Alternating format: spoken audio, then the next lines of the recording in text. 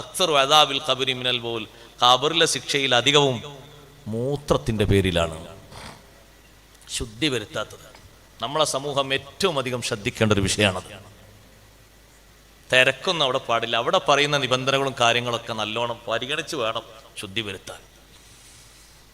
ശരീരത്തിന്റെ പ്രകൃതി അനുസരിച്ച് ഓരോരുത്തർക്കും ഓരോ രൂപമായിരിക്കും.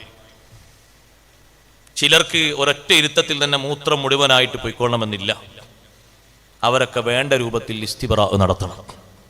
എഴുന്നേറ്റ് ഇരിക്കേണ്ടവർ മൂത്രത്തുള്ളികൾ എവിടെയും ആകാതെ എഴുന്നേറ്റ് ഇരുന്ന് സാവകാശം മൂത്രത്തുള്ളികൾ മുഴുവനും മുറ്റിക്കണം.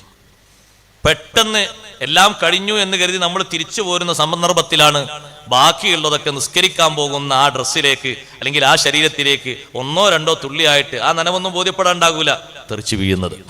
നിസ്കരിച്ച നിസ്കാരങ്ങൾ സകലതും നജസിലൂടെ ആയതുകൊണ്ട് എഴുതപ്പെടാനോ പരിഗണിക്കപ്പെടാനോ പറ്റുന്ന രൂപത്തിലൊന്നും ഇല്ലാതായി മാറും. കുറേ കാലം ഖബറിൽ ഇങ്ങനെ ഒരാളെ ശിക്ഷിക്കുമ്പോൾ അഷ്റഫുൽ ഖൽഖ് സല്ലല്ലാഹു അലൈഹി വസല്ലം തങ്ങൾ പറഞ്ഞു, അല്ലാഹു തആല ഒരടിമയെ ഖബറിൽ 100 അടി അടിച്ച് ശിക്ഷിക്കാൻ കൽപ്പിച്ചു.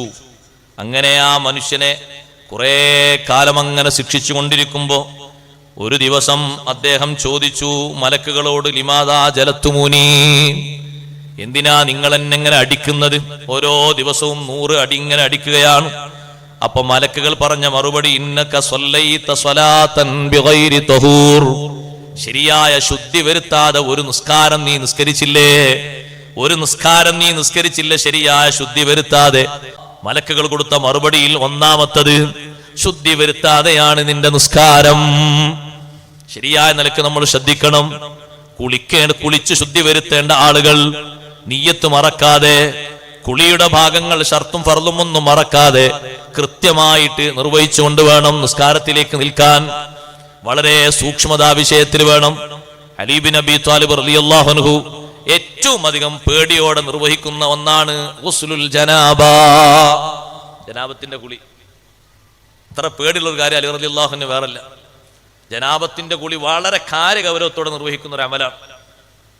കാരണം ശരീരത്തിന്റെ എല്ലാ ഭാഗങ്ങളിലും വെള്ളം ചേരുക എന്നുള്ളൊരു വിഷയമല്ലേ.